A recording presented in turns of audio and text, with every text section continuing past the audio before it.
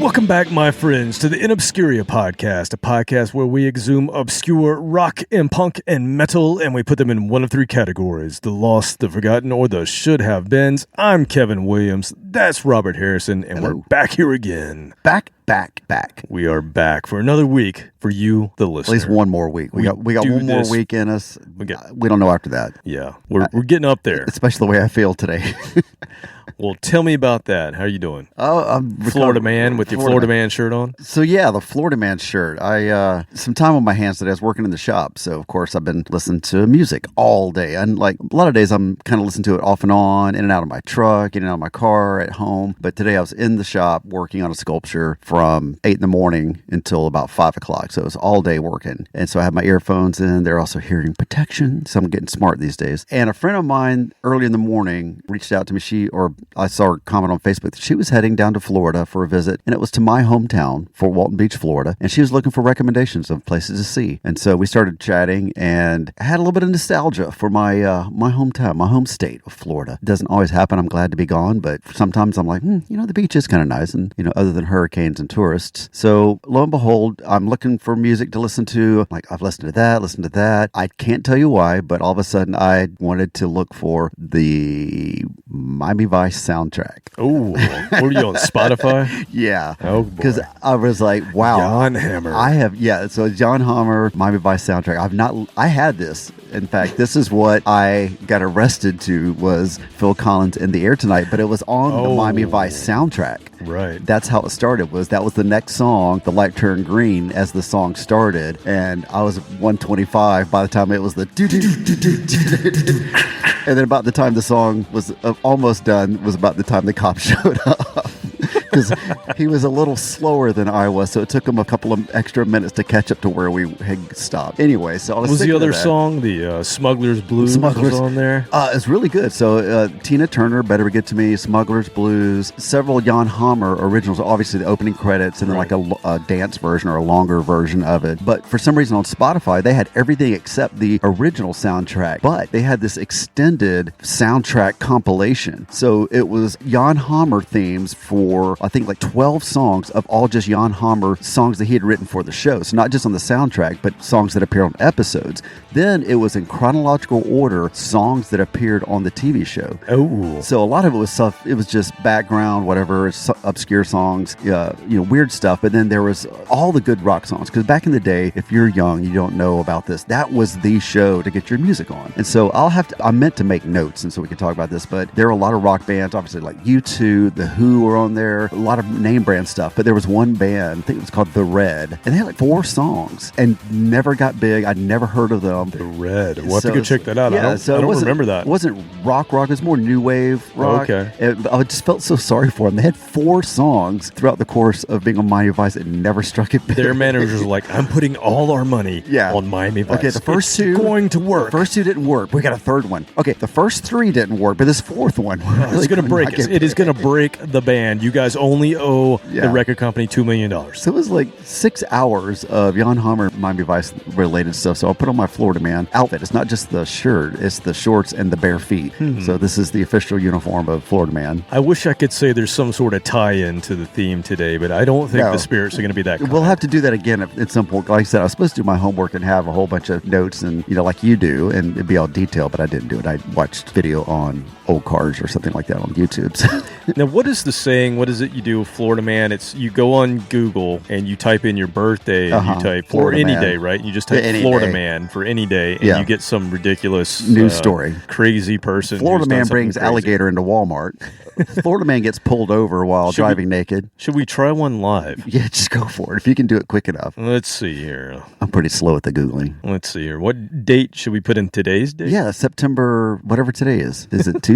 Today's Monday? the 19th. It's the 19th, yes. We're recording this on the 19th. You may be listening at another date, but September 19th. I'm just going to leave it open. Yeah. Florida Man. Of course, this is the first thing that comes up in the search. Okay. Naked Florida Man starts house fire. After baking cookies on a George Foreman grill. Nice. Oh my God. That is better than I could have made up. That is god awful truth right there. So that's He's naked baking cookies. And it's mostly on North a George Florida. Foreman. I would say 3/4 of those are North Florida. I mean, South Florida, there's a lot of, it's a melting pot, but in North Florida, you get the true Florida man. But from about Orlando north, that happened. I'm glad to be out Here's there. the for South several Florida one. reasons. Naked Florida man burns house down making churros. Some plantains. Oh man, so it was lots of entertainment. But yeah, so that was my theme for the whole afternoon. I cleaned up just for you because I was filthy from making. It's sculpture season. Well, after you get buck-ass naked and burn down your house, go listen to Pot of Thunder, Cobras and Fire, Growing Up Rock, Slamfest Podcast, Decibel Geek, A to Z Radio, Metal Up Your Podcast, The Hustle, Disciples of the Watch, Podcast Rock City, Sean Geek and Fast Fret Podcast, State of Amorica, Rock Strikes 10, Potter Than Hell, Podkiss, The Kiss Room, Ages of Rock, Retro Zest Podcast, The Synaptic Empire, and don't forget about Monty's Rockcast. Come visit us at InObscuria.com. Like us, share us, recommend us, Facebook, Twitter, Instagram. I checked. We do not have our quarterly review in yet. I'm sure it's on its way because you who are listening right now, you are actually going to your phone and you're putting in a review and it's going to be 5 stars. But we did get a review on? What's that? My tiny fire truck. Oh, we did. Okay, let's hear it. Posted a photo. You did? We got like 8 thumbs up. All right. So really good. Well, thumbs up's not a review. But Tony Griggs likes it and he wants a ride. Oh, well, come on down, Yeah, Tony. you got to come down here. I don't think I'll make it that far north. He has a kick-ass sound system in that thing. He can blast some rough cut for you and just drive around. Absolutely. Blanket invitation if you want to come ride in a tiny fire truck. All right. Well, I got to tell you, Robert, the other night I was awoken again at exactly 4 a.m. You got to do something about that. Have you tried drugs? I think that's the witching hour. I think it's just the spirits. That's when they hit me. Oh, okay. So I saw an ominous light. That's when my bladder hits me usually. Well, it could be the bladder spirit. Yes, bladder spirit. I don't want to be visited by the bladder spirit anymore tonight. Thank you. I won't drink so much beer. I'm sorry. Oh, I got a bladder goblin. Okay. Yes, so I was woken at 4 a.m. and there was an ominous light coming from underneath the door. No, I do have children, so... Yeah, they run around the house sleepwalking? Yeah, I'm like, what are they doing? So I go into the hallway, and it was a moving light, the kind of light that you would see from a television, right? That maybe... That kind of flickering? Yeah, kind of flickering, kind of swirling thing. And so I saw it was coming from my oldest daughter's bedroom, and I'm like, she doesn't have a TV. So good, keep it that way. So what could that be? Maybe she left her iPad on. So I crept to her room. I listened.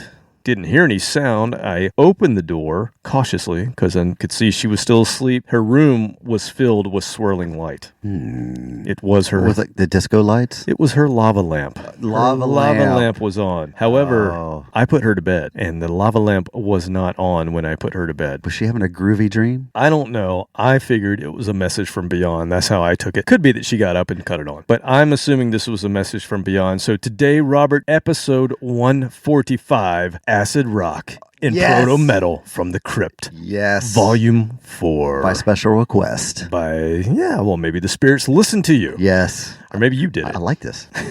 So this is our 4th in this series. We've covered the history in episode 3, episode 32, and 86. It's been a while since we've done Acid Rock, so we are due. What is it we're talking about? If you love the metal that came to be in the 80s and beyond and thought that's where it came from, you thought maybe it came from classic rock like The Who, Cream, Zeppelin, Sabbath, Purple Kiss, Aerosmith, Rush, Hawkwind, whatever. Purple Kiss. Yeah, it sort of did, but the 1970s, there were just a ton, and even the late 60s, there were just a ton of what they called acid rock bands at the time, which was really just hard, distorted, guitar-driven rock that people didn't understand, so they called it acid rock. And maybe people were dropping acid and doing lots of drugs too. But, maybe. Are you kidding me? Maybe. But that's what we call Proto Metal. So it's the stuff before they really called it metal. Before it was heavy metal or yes, metal. Before it was heavy metal. It was a prototype. But there were a ton of bands that a lot of us don't know about because if you think about the 1960s and 1970s, if you didn't have a major distribution deal or a major record label, you were pretty much going to be a regional band. And there was no FM radio really to speak of until the mid-70s? Mid-70s really is when that exploded, I believe. And really, if it wasn't word of mouth, you didn't know about these bands. You know? And they didn't have colleges back then, so there was no college radio. That's right. That's before they got educated. I mean, really, though, there were just this tons of bands, but they were just in pockets all over the country and all over the world, really. So only in the digital age have we started to discover a lot of these bands who maybe pressed 500 records and then went away. And a lot of these bands are really damn good. So it's been a whole lot of fun over the last 20 years trying to collect all these digital releases from these bands that I've just never heard of that came from the 70s, came from the 60s, who were part of that whole acid rock scene. If you try to get the vinyls, highly collectible and very pricey. Digital has been great for me because I don't like to spend that kind of money on the vinyls. Unless it says Kiss. Unless it says Kiss. Yeah, we'll come back to that in just a second. It takes up the whole page when you write it out like that. So let's get into our first band tonight. And this is probably the one that I have picked out here that most people who are really into metal will have heard of. This is a power trio from New York City who only released 2 albums, but whose band members went on to much bigger success with some major artists. So formed in 1969 by a guy named Richie Wise and 2 teenagers named Kenny Aronson and Mark Bell. This is a band called Dust. You ever heard of Dust? No. Okay, well, I'll tell you who these guys up are. a lot of it, though, in my shop. Richie Wise is best known as the co-producer of the first 2 albums by that band that used to put the paint on their faces. And oh, yeah, they still do it. What's their name again? We just said it. Insane Clown Posse? Not them. King Diamond? No. The King Diamonds. Diamonds. No, I'm thinking of, Kiss.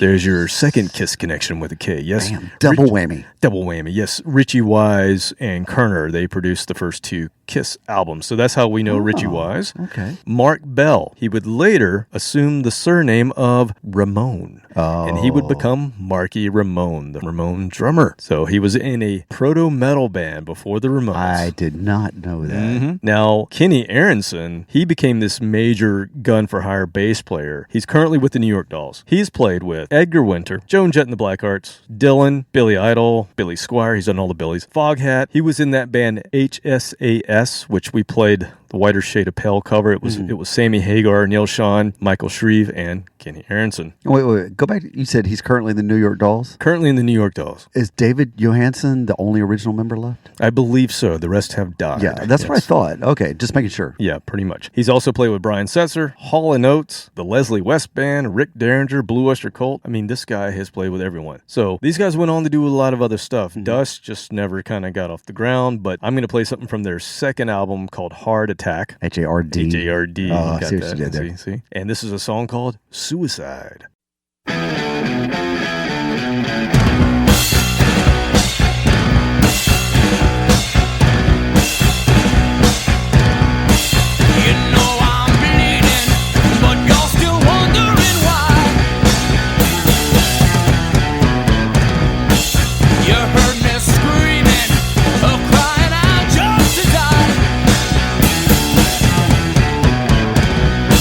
You thought I loved you,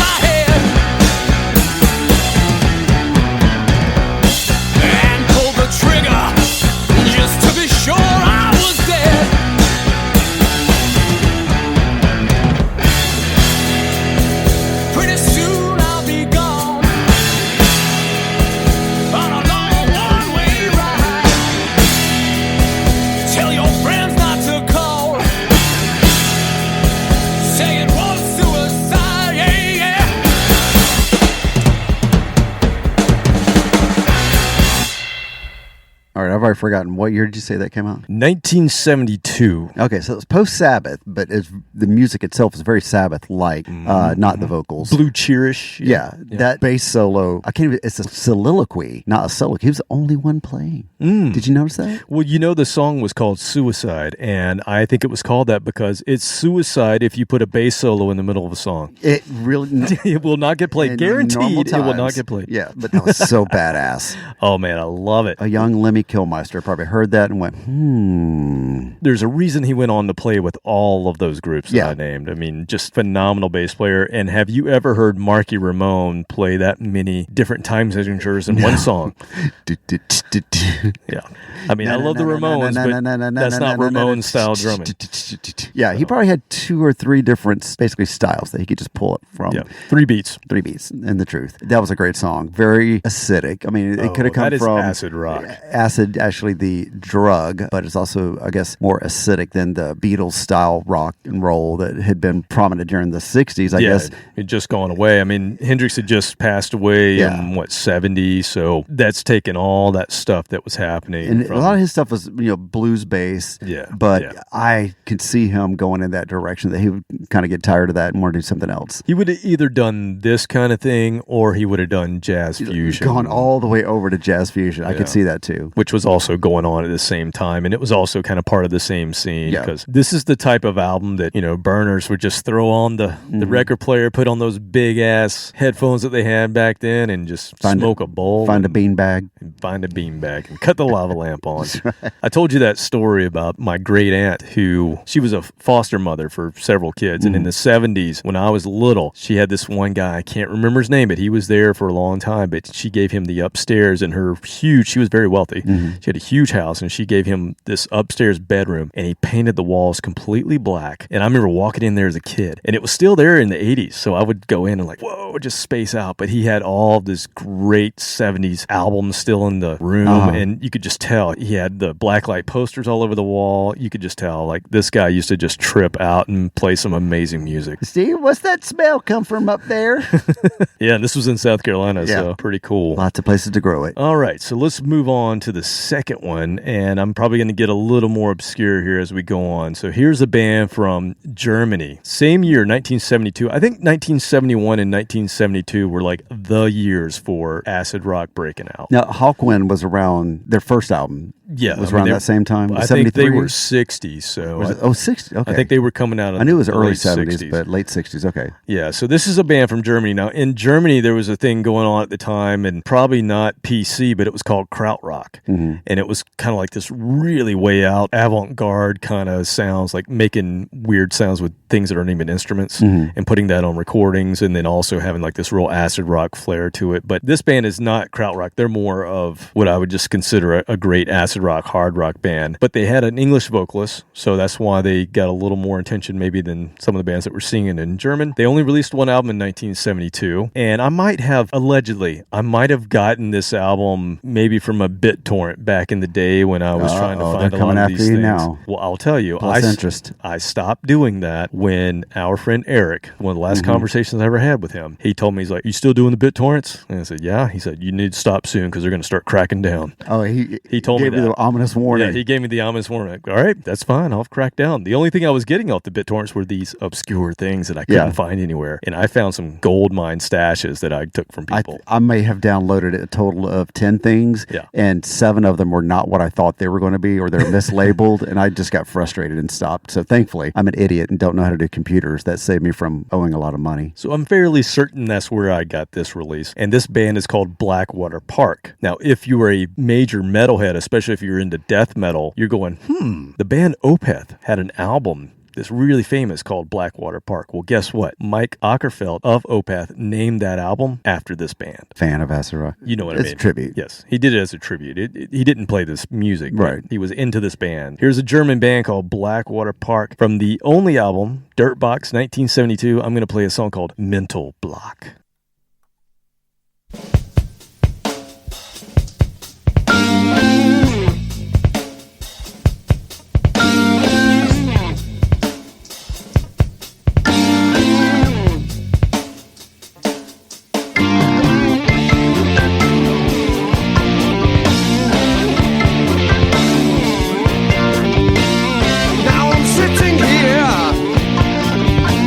Sitting in a garden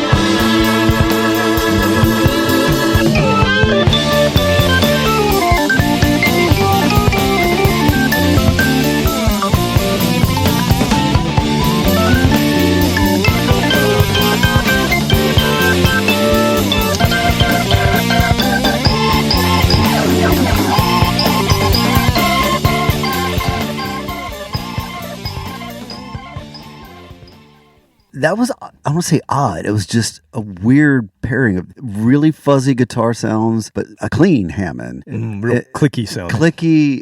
I'm not doing a good job of describing it, but I would have expected trippier keyboards. But this is but in the early days of the Moogs and synthesizers. So maybe that was. Yeah, so 1972, think about what bands in the hard rock scene are huge. Deep Purple. Yeah. And Deep Purple was driven by that Hammond from John Lord. Now, John Lord ran his Hammond through a Marshall. Now that's what I'm thinking. Distorted it. Okay, that's why I was thinking that was it was a different. clean Hammond. That's it. Okay, so I'm used to hearing it run through the Marshall amp. So you had the Leslie going on it, but it was more of a clean, almost church sound to it versus that Marshall crank Hammond. That's what it was.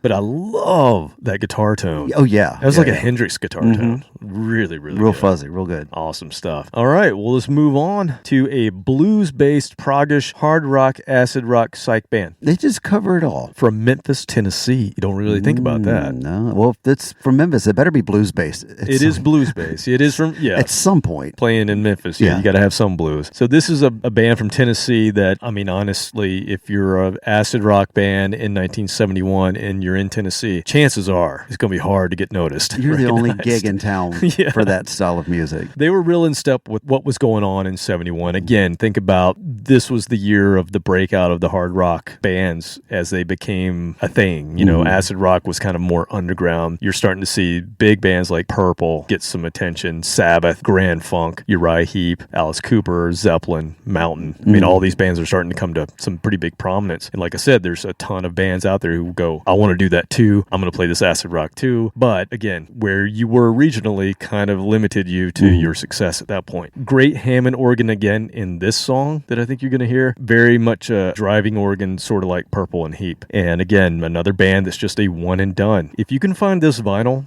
you're going to spend some money on it. This is a band called Alamo. From Tennessee. I remember that. Do you remember the Alamo? Yeah. Oh, good. Why would a Tennessee band call themselves Alamo? I don't know. Did they visit it in high school? I don't know. For those of you not in the States, the Alamo was in Texas. Yeah, it's not close. Not close to Tennessee. It's a couple of days drive. Yeah. Back then. I don't know. I'm not sure that's the greatest name for a acid rock band, but that's what they named their band. And guess what's on their album cover? The Alamo. The Alamo. How about that?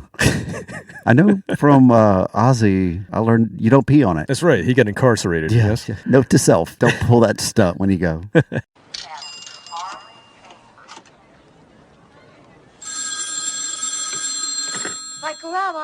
Hello, Dottie. It's me, Pee-wee. Well, where are you calling from? Texas. Where? Honest. Listen, I'll prove it. The stars at night are big and bright. Deep in the heart of Texas. Hi, and welcome to the San Antonio Department of Parks and Recreation official Alamo tour. My name is Tina. Excuse me, Tina, but could we go straight to I the... tell you what, let's hold all questions until the end of the tour, okay? But... Thank you. This mission, the Alamo, from the Spanish word for cottonwood tree, was established in the year 1718. That was the same year that our lovely city was founded by the Spanish Expeditionary Force on the site of an Indian burial mound. Upon this battlement in 1836, 200 Texas volunteers, including such heroes as Davy Crockett, Bill Travis, and Jim Bowie, fought off an onslaught of 4,000 Mexican troops under the command of General Antonio Lopez de Santa Anna. At this time, I'd like to conclude our tour, and I mean it, y'all have been one of the greatest groups I have ever worked with, really. Okay, are there any questions? Yes. Where's the basement? Excuse me? Aren't we going to see the basement? There's no basement at the Alamo.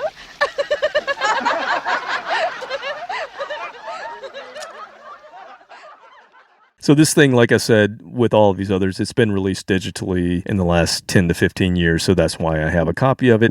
This one I actually paid for, I remember. Good for you. We're going to listen to a little Alamo from 1971. This is a song called Question Raised.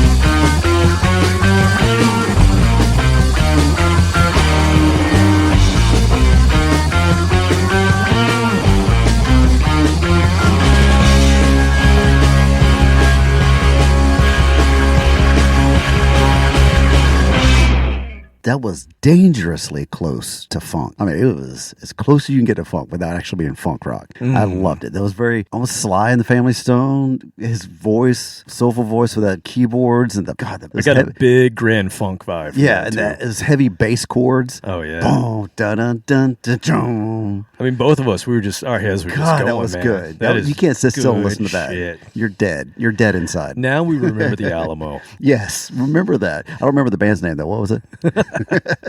That was really good. I think the only thing that was odd about that song is it took a while for the lewds to kick in for the guitar player in the middle. Yeah. He was starting his lead and it was like, I don't know if I can catch up. I don't know. Oh, okay, they kicked in. Oh, yeah, here we go.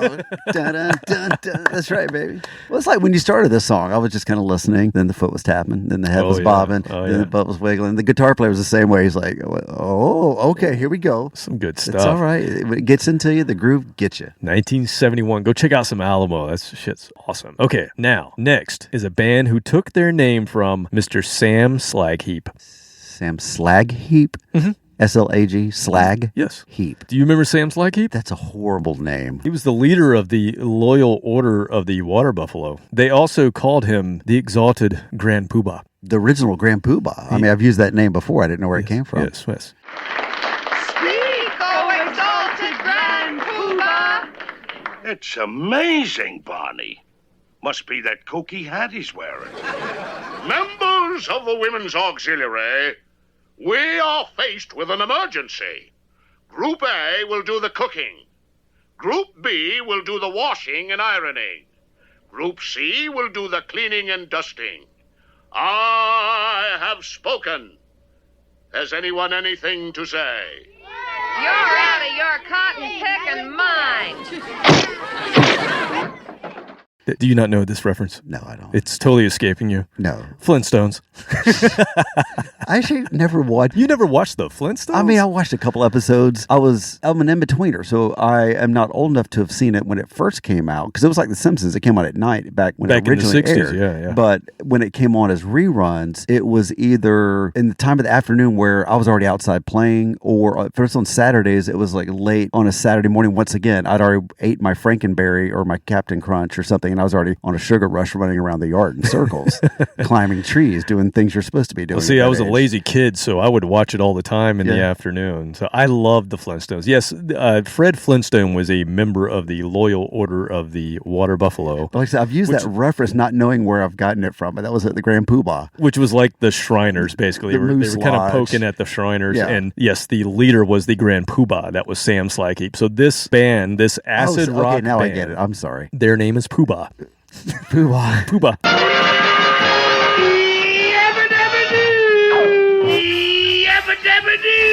Yabba-dabba-doo. Which I'm sure at the time was like, yeah, I know what that is. 50 years from now, they won't know, but that's cool. This is a band from Youngstown, Ohio, founded in 1972, and their first vinyl, if you can find this thing, or if you own this thing, it goes for right around $1,000 for a single vinyl. Wow. Yeah, amazing. Now, they only pressed 500 copies, and this band is the only band that we're talking about today who are actually still around. Mm-hmm. They've released a total of 14 albums from 72 to 2020, so if you can find that 72 vinyl, that's why it's so treasured, is because this band existed beyond just the one album. The guitarist, Jim Gustafson, he used a small inheritance he got from his grandmother to record that first album, and he recorded it in a small studio in Ohio, and it actually had great success on local radio stations back in 1972. They pressed 500 copies. They sold out in one day. That's impressive. Yeah. Even if you're a local band, that's pretty damn impressive. This band went on to support artists like Ted Nugent, Canned Heat, Alice Cooper, ZZ Top, Bluester Colt, Uriah Heep, Foghat, Judas Priest, James Gang. They even supported Cheech and Chong. Yeah, man. Hey, Cheech. Hey, man, look. Hijo de la chingada, man, where'd you get that? My sister gave it to me. Yeah, what is that, man? What does it look like? Looks like Coke. Yeah, it smells like Coke, too. All right, man. Hey, well, let's party, man. Give me some. No, I can't. It's got to last me. Hey, man, come on. Give me a hit, man. No, I'd like to, man, but I don't want to be responsible for turning you into a drug addict. Oh, man, I ain't gonna turn into a drug addict. Come on, man. Give me a little hit. Hey, this shit's bad for you, man. Don't you read Ann Landers? Man, come on. No, I don't give you a brain damage, man. Come on, man. Just give me a little bit, man. Come on. No. Hey, come on, please. No. Oh, man, come on. No, that's all I got, man. I could get laid with this, huh? Okay, I don't want anything. Good. Hey, man, don't be so chicken shit, man. Give me some. Come on, man. No. Just let me smell it then. Come on, just let me hold it. Just Okay, for... you can just smell it. I'm just gonna Just smell it. That's all. All right. You promise you won't take any? I promise. Cross my heart, hope and die, 100 needles in my eye. Come on, give me some. Let's go, man. That smells like... Hey!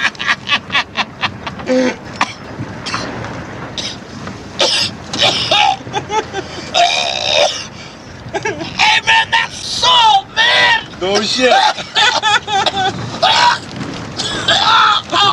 Hey, don't drink that, man.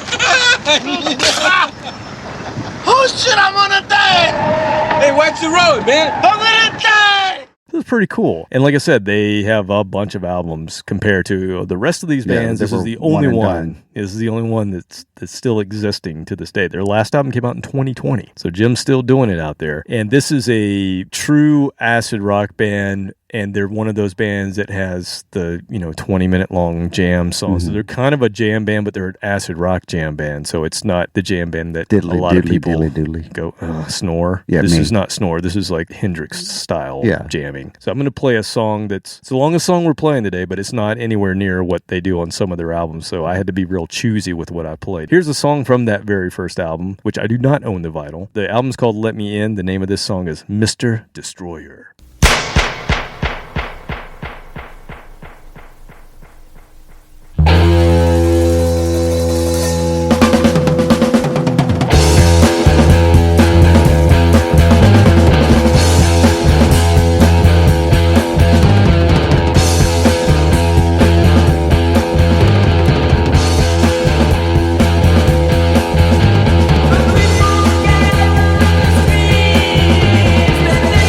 Time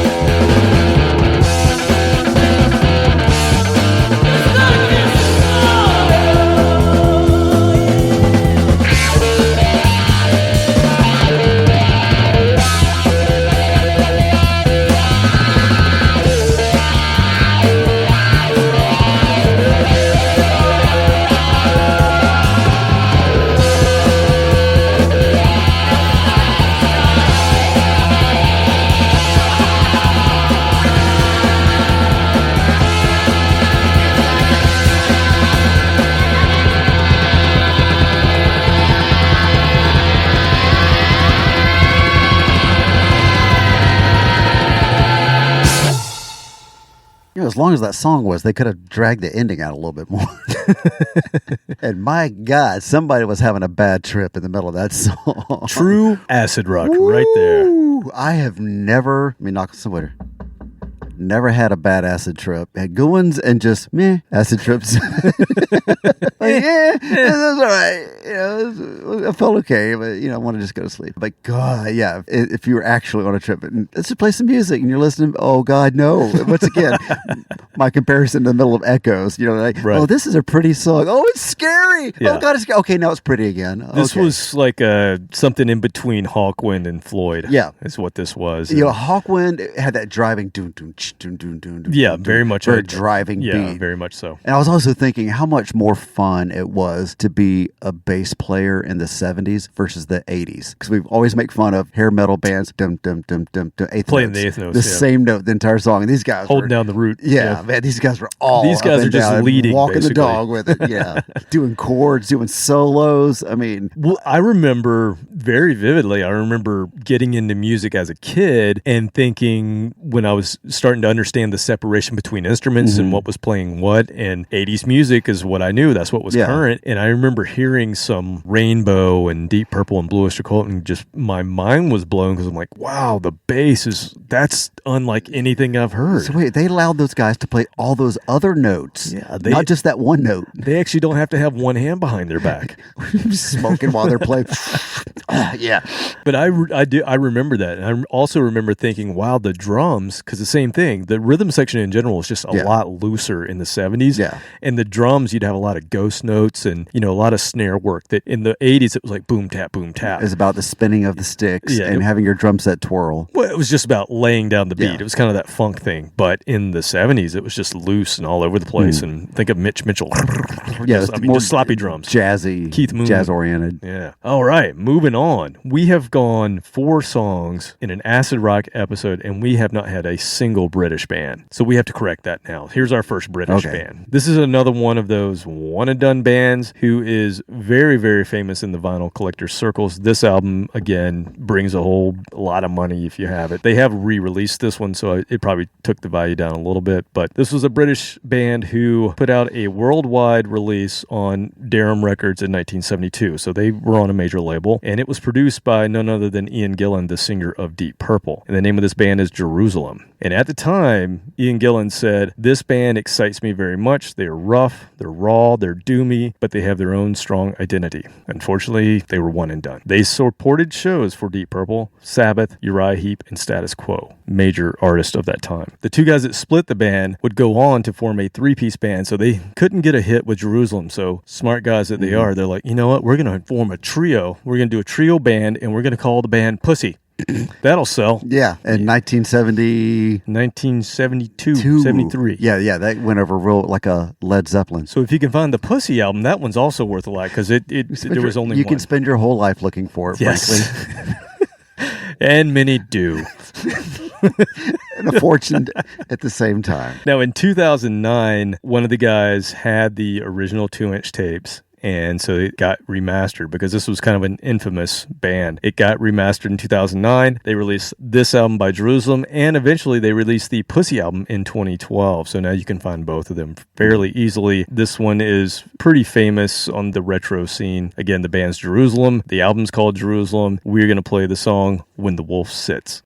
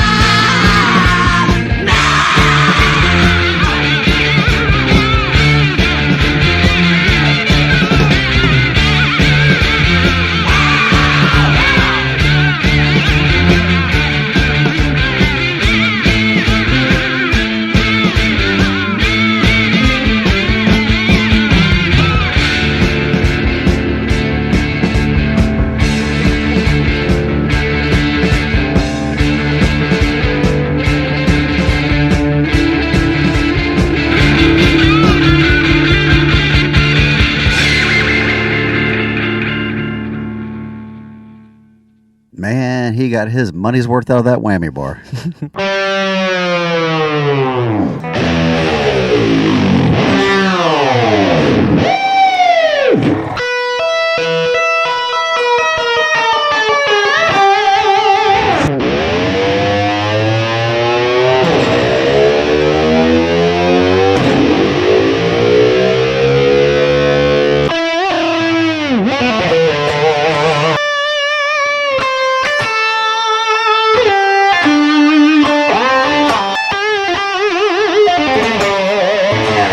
You know, the tremolo was new back then. So what is this thing to? Oh, that's what it does.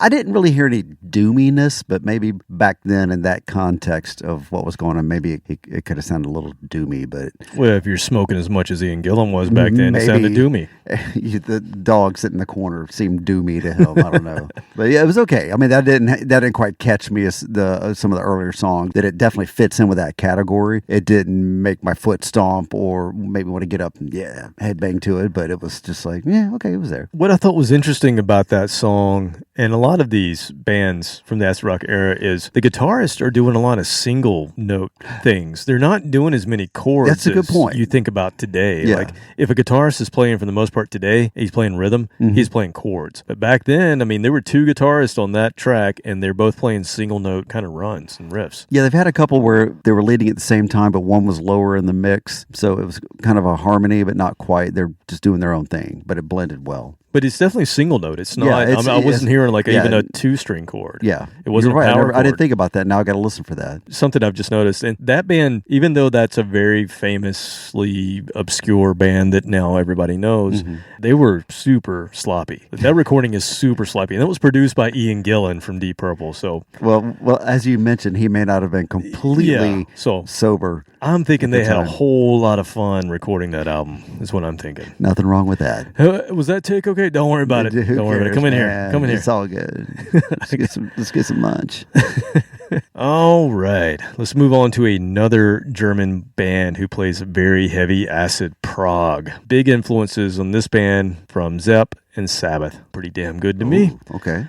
Another one and done. One album in 1972. They didn't have any success outside of Germany, so they just decided that's it. They're done. Okay. They didn't try Sweden? They didn't try Sweden back then. I don't think Sweden had woken up yet. Yeah, they just opened up. Sweden was a new country back then. They were new, yeah. So the album would eventually, later in the 70s, make its way to British and American underground scenes, and many fans of late 70s and early 80s thrash and stoner and doom and power metal and even prog metal would be influenced by this band. So it was kind of cool. Like they never got their time when they were around, but now people who are in famous thrash bands still talk about this band. Their name is Night Sun, and they put out the one album, Morning. Oh, sad. Yeah, sad yes, morning. Good morning. It's Morning with no G. So. Okay. And the song I'm going to play is called Nightmare. And the only other thing I could find about this band, other than just their influence, was that the guitarist, Walter Kirchgessner, later switched. He's German. That's a good German name. That was a good try. He later switched over to playing classical music. In fact, he plays cello, and he's been playing in symphony orchestras around the world since then. Wow. Originally in an acid rock band. Well, did you hear the story about Randy Rhoads? It was maybe an interview or something that he was getting bored playing rock guitar, that he always wanted to go into classical guitar or something like that. I remember some interview somewhere talked about that. I could see that a lot of musicians. That was going to be his next step. Next step was just like quit the Ozzy band and just do, because of course all his stuff sounded classical. All of his leads and things like that was heavily influenced by that. So I could see that happening. Well, and then somebody would write a really big check and he would have come back for another reunion tour. Right. Well, let's listen to a classical cellist play this music.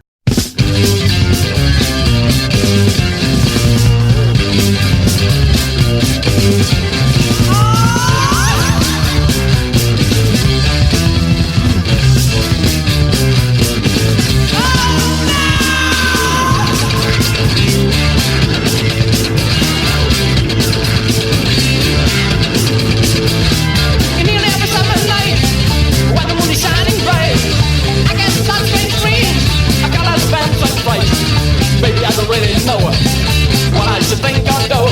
The one thing I have seen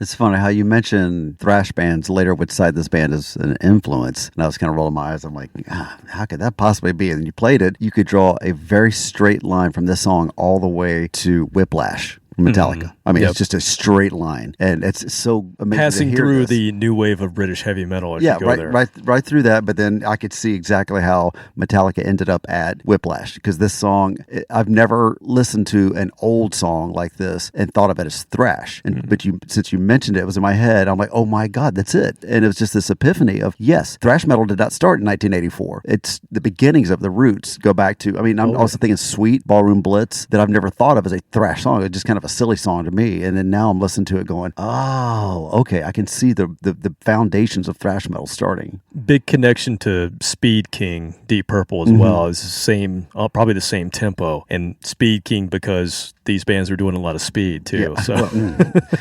it was propelling them forward. Something I will, other than caffeine, that's the only speed I will be doing. Yes, later to become speed metal. Yes, or thrash. So yeah, total connection there, and even they tried to do some early palm muting chugga-chuggas in there, but the guitar tone wasn't just quite there not for quite them to there, do it. yeah. But you could tell they only had it on 9. Right. Whatever amp they were using there in Germany, they needed a couple Marshalls. All right, I have one more for you. All right. And this is another British band, and it's a band we've actually mentioned in a previous Acid Rock and Proto Metal episode, as the members of this band went on to be in other groups. So this is a heavy acid psych band formed in 1966. They're called Black Cat Bones. Now, I'm going to tell you about the members of this band. Two of its earliest members, who unfortunately never recorded, we don't have them on this song that we're about to play, but two of the members, one being Paul Kossoff and Simon Kirk. Those two would go on to form the band Free. Oh. I knew it was familiar. I couldn't quite place it. And later, Kirk would go on to form Bad Company. Mm-hmm. Other members... And Paul Rogers was in Free and Bad Company. Right. Yeah. So these two guys left. They met Paul, and they formed Free. Now, other members of this band left to form another acid rock band that we've played. That's where we've talked about them before. Mm-hmm. We played a band called Leaf Hound, who were kind of Led Zepp-like, and we played them on episode 32. So we mentioned Black Cat Bones then. Now I'm going to play Black Cat Bones. Other members of this band have gone on to play in Foghat, Atomic Rooster, Cactus, Fleetwood Mac. So a lot of different British musicians were in this band. Unfortunately, they only made the one album, and then these guys all went and did other things. Another really, really sought-after collectible album has a very famous album cover. It's almost like a Muppet-looking monster on the cover eating a barbed wire sandwich, and the name of the album is Barbed Wire Sandwich. Oh, those are delicious. so good. But the album cover, it looks like, remember the Croft, what was it, Marty Croft and the H.R. Puffin stuff. Yes. It looks like a Croft type of puppet Muppet thing. Once again, right before my time, but still during this time. I know the reference now, but it was just a little earlier than my time to see it, like Romper Room and Captain Kangaroo and all those Sigmund shows. and the Sea Monsters. Yeah, it looked really weird, but as an adult looking at that going, we think Teletubbies are weird. Look at the stuff they were making. Well, I remember all of that Croft stuff. I always thought it was very like, this is way out acid acid stuff. Yeah. Like the Bugaloos. I'm trying to remember. Yeah, all all the that different ones. stuff. The Bugaloos, Sigmund the Sea Monster. What was the other one they were in the dinosaur? Seals and Croft. Not Seals and Oh, Croft. that was a different one. No, it was like a kid Land of the Lost. Land of the You ever Lost. watched Land of the Lost? Once again, I've seen like 1 or 2 episodes in reruns, but I was already getting old enough where it wasn't classic for me. Acid rock influenced shows that we watched as children. Well, now I've got to go back and go down a YouTube rabbit hole to refresh my memory because I remember the names. I think it was Sid and Marty Krofft. Sid and Marty Krofft. That sounds right. Yeah. You know, when I was a kid, my brother and I would curl up on the couch with a blanket and a bowl of Count Chocula and watch TV. On Saturday morning, there was only one show we were going to watch. No, the McLaughlin Group. Everyone in the industry knows they're a hard get, so they're not here today. But as soon as that show was over, we'd turn to insane lizards, dinosaurs, and monkey people. To me and to tens of millions of others, those words can only mean one thing: the wonderful and weird world of Sid and Marty Krofft. These two brothers were television pioneers and innovators. From their landmark kids television series in 1969, H.R. Pufnstuf, yes, through the 70s and 80s and until today, they have proven that strange worlds with vivid colors and bizarre characters can exist and be experienced even without dropping acid. But H.R. Pufnstuf, I remember that name, and it was was it orange? He was a big orange monster. dragon. Yeah. It was like the character in Bugs Bunny, where we went to the haunted house and there was the big fuzzy tall monster. The big fuzzy orange one. Same thing 20 years earlier. With the green sneakers on. Yeah, the green sneakers, but no arms. He didn't have any arms. Did you know that Sid and Marty Krofft had an amusement park in the original Omni when it opened here in Atlanta? Oh my God, that's right. I never saw it, but I remember seeing that as an article. That had to have been trippy as hell. It had to be awesome. In Atlanta. We should talk to Curtis Longclaw. I bet he was there. I bet he went there or something. He's, Mr. Retro. Yeah. We should talk to him and see if he actually saw that thing. If he's listening before we get a chance to reach out to him. He might not be old enough for that, but I'm just thinking if somebody would know like 32. If somebody would know something about it, yeah, he would. The CNN Center is also home to the world's largest freestanding escalator, which is approximately 193 feet long and 8 stories high. Every day from 9 a.m. to 5 p.m., this escalator leads tour groups into a giant globe high above the food court. But that hasn't always been the case. Back in 1976, CNN didn't exist yet, and this escalator didn't just drop you off in front of a bunch of newsrooms. No, this massive escalator would transport you into a very different world. The world of Sid and Marty Krofft. Back in the early 70s, Atlanta was going through somewhat of a slump. The term urban decay had become frequently used when talking about the city, and the crime rate was steadily increasing. Needless to say, people were steering clear of downtown. Luckily, Maurice Alpert of Alpert Investment Corporation and Tom Cousins of Cousins Properties had just the thing to revitalize the area: Omni International. It would be a $65 million, 14-story, multi-purpose megastructure located next to the Omni Coliseum, which was already being used for concerts and sporting events. A deal was made and several major lenders helped finance the $14 million project, which actually ended up costing closer to $24 million. The banks made us open before we were ready. After about 3 months, the park was awesome. Near the end, it was incredible. But it was too late. Nothing seemed to work. They had expected 3,500 to 4,000 guests per day, but they were lucky if they got a little more than 2,000 people on a busy Saturday. The downtown Atlanta area was still considered too dangerous by a lot of people, and no amount of circus performers or mythical creatures could convince them otherwise. So just like that, only 5.5 months after their dazzling, star-studded premiere, the world of Sid and Marty Krofft closed its doors on November 7th, 1976. Anyway, back to Black Cat Bones. Their album cover looks like Sid and Marty Krofft made it. Okay. Maybe they did. I don't know. But they're more of a heavy blues psych band, so I'm going to end with this song from Barbed Wire Sandwich. This is Save My Love.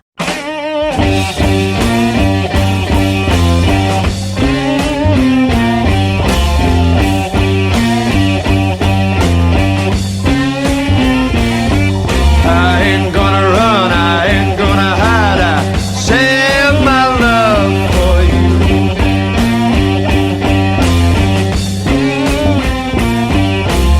I can't quit you, cause I just met you. I save my love for you, babe. If it takes me a lifetime, you know I save my love for you. Save my love. You better listen, cause I'm not quitting now.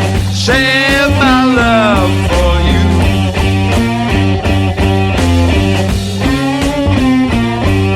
I don't wanna move, I just can't lose. I save my love for you.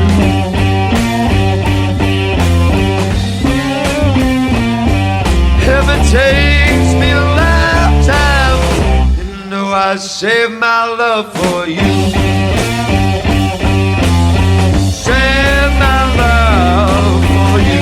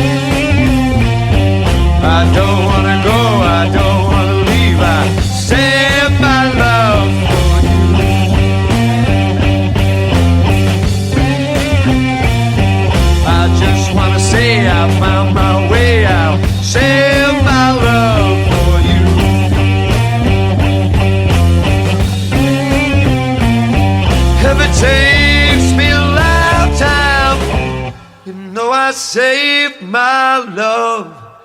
You know I save my love for you.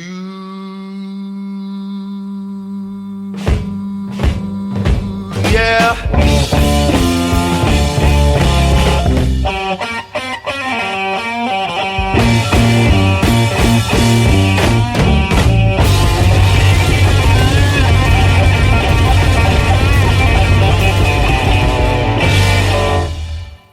All right, the middle part of that song was badass. The rest of the song, I could take or leave it, but I was a little draggy there. A little draggy. Yeah.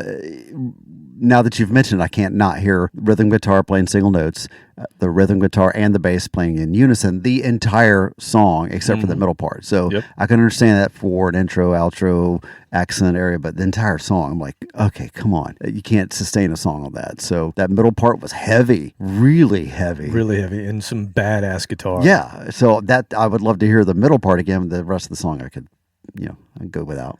The bass tone reminded me a lot of Geezer Butler's bass on the first Sabbath album. It's that same exact tone. I don't really know what it is, but it seems like the bass was so bottom heavy back in the day. The way they mixed it, it was just like fills up your entire headspace, the bass. Well, and plus when the guitar is playing single notes, there's a lot of room for it. Right, that's right. Once you start throwing in distorted chords, you don't get that today. It muffles it. You don't get that kind of bass. No. The other thing I was thinking about as I was listening to all of these songs is there's this whole new, I'll put air quotes up, this whole new psych movement that's been going on for the last couple of years with these bands who are kind of sounding like this. And even the production style is them trying to sound like this. We've played the OCs. No, yeah.